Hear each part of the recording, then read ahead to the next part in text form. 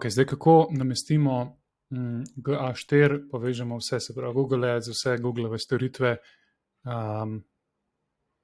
na našo WordPress spletno stran. Gremo kar si najprej vse pripraviti, gremo na Analytics, gremo na Search Console, zato da vidimo, kaj bo Google delal, kako organsko bojo ljudje prišli do strani. In rabili bomo tudi dostop do cPanela, zato da lahko zadeve verificiramo. In zdaj, v Search konzoli najprej dodamo domeno. Kopiramo tole verifikacijsko kodo in gremo pod Zone Editor. Tole imamo domeno, Manage in dodamo txt zapis. Takole. Shranimo in malo bo za počakati. Ni. Evo ga, in to je to, se pravi go to property. Se pravi, to je zdaj dan 2 za počakati, ampak tukaj bomo videli, kako se stran prikazuje organsko v Google. Kaj ljudje iščejo, se pravi, se lahko pokažem enega, naprimer, ok, tole, performance. Kaj ljudje iščejo, ko klikajo, na katerih pozicijah se prikazuje stran za te ključne besede, katere strani so najbolj obiskane organsko in tako naprej. Ok, drugi korak. Naredimo nov Google Ads. Ne bomo delali novega akaunta, bom jaz kar v tega obstoječega svojega noter dal. Bom naredil še en property. Create property. In bomo rekli zobarcek.eu. Ok. Slovenija, evo ga. In damo evro.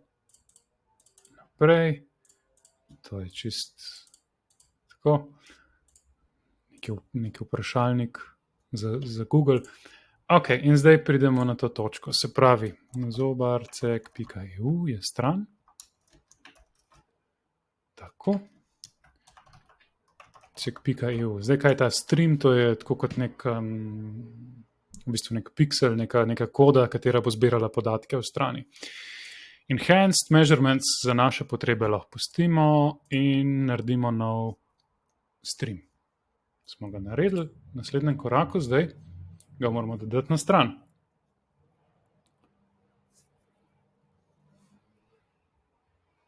To je ta koda. In zdaj najlažji, to je naša stran, se vpišemo v WordPress. Milijon vtičnikov, lahko bi tudi direktno v functions od teme dali, ampak dajmo za štos, dajmo vtičnik, se pravi header, footer, mislim, da se tako napiše, VP code, evo ga, ta je simpatičen vtičnik za dodajanje kode v header in footer strani. Se pravi, če gremo mi na stran, tule, pogledamo source, Ctrl+U, tukaj se head odpre, tukaj se head zapre.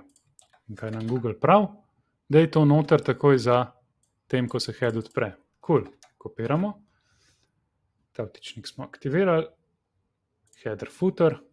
Damo tole v header, kliknemo shrani. Se pravi, ta naš stream, ta tok podatkov, ki smo naredili, bi se zdaj mogel tlele pojaviti. Google tag, evo ga. Ok. Cool. Test installation. Super, je na strani.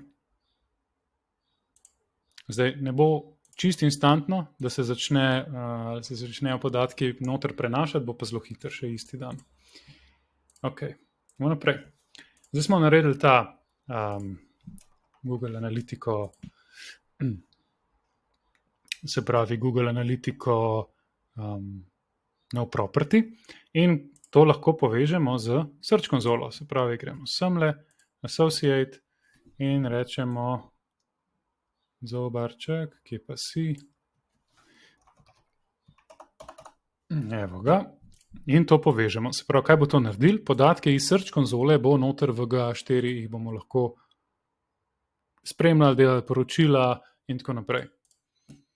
Ok. To je to. Potem pa naprej. Data collection. Zdaj, to ni video, kjer bi se mi poglabljali v to, kaj je zakonsko prav in kaj ne. Jaz sem pač namen tega je, da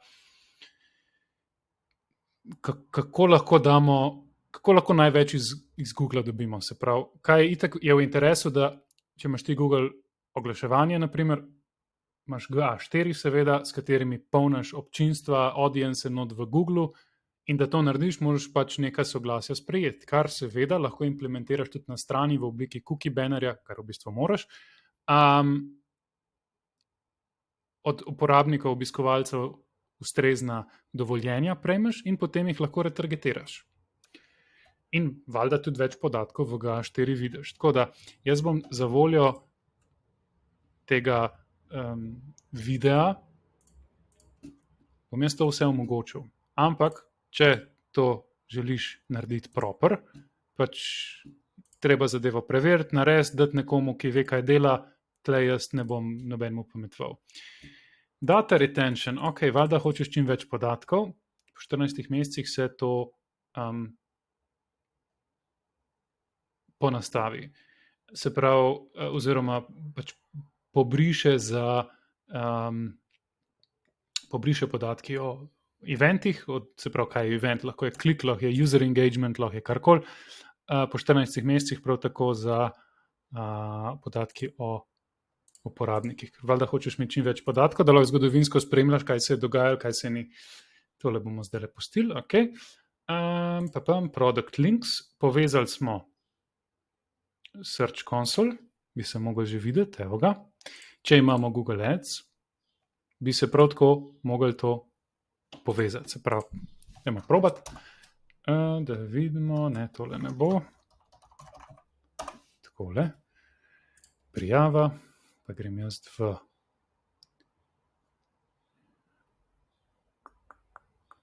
zanima, če se da iti od tegale. Ok. Tools, Data Manager, Connect Product, GA4, zobarček.eu, naprej. In tu hočemo dejansko importati metrike in občinstva. Zadevo polinkamo in če mi tukaj tole, morda se bo dal brez, da se osveži, ja, evo ga, je zadeva polinkana. Super. In zdaj bi morali že verjetno, se pravi, opala, zobarček.eu, pa tole tracking izklopimo. Bi se moral že videti, da je uporabnik na strani in ta uporabnik sem jaz. Se pravi, če jaz tole takole, grem pod Network, Collect, ne, in gledam, kaj je bilo v Google Analytico poslano, je dejansko, so bili vsi te podatki poslani v Google Analytico. A se še vidi, ne vidi se še. Ok, kaj lahko naredimo na tej točki, da vidimo, da zadeva deluje, je, da gremo lepo v tle admin, debug, odpremo nov zavihek, gremo na tagassistant.google.com in gremo na, se pravi, zobarček.eu, takole, check, connect, in se odpre v novem zavihku, tole bomo izklopili, oziroma v novem oknu, Tag Assistant. Ok, takole naredili. In zdaj vidimo, da ko se je stran naložila, se je prožil page view. Ko jaz tole kliknem, je tudi zabeležil link klik, sicer se ni noben event zgodil, ampak je link klik obvestilo, dogodek se zabeležil. Če grem jaz na Elementor 8, se je naložila nova stran. Se je ta scroll event, ki smo ga prej videli, da se do konca, ki smo prej nastavili tule pod data streams, tele prevzete zadeve, ki se sledijo, To je ta scroll. Ko nekdo pride na 95 oziroma na konec strani, dejansko pošle obvestilo, se pravi event, evo 90%, da je nekdo prišel na 90% strani vertikalno dol. In če gremo mi zdaj v analitiko in gremo pod debug view, bi morali to, evo ga, se pravi user engagement, page view. To je ta prva stran, ki smo bili. In se pravi, tle so podatki o tem dogodku, vse so dogodki v GA4, eventi. Se pravi, page location, kje se je to trenutno tale ogled, na 8-ki. Ok, to je to. Session ID, session number, non-personalized ads, se pravi, ni podatkov še o tem, a lahko retargetiramo, a sprejmejo retargeting, oziroma da se uporabljajo njihovi podatki, naši podatki uporabnika v namene oglaševanja. To se potem z cookie bannerji uredi, oziroma naprimer cookie yes, cookie bot in tako naprej. Tako da, evo, zadeva je povezana. Mislim, da je to za ta video, pa gremo v naslednjem, kako narediti, kako namontirati cookie yes in urediti consent mode.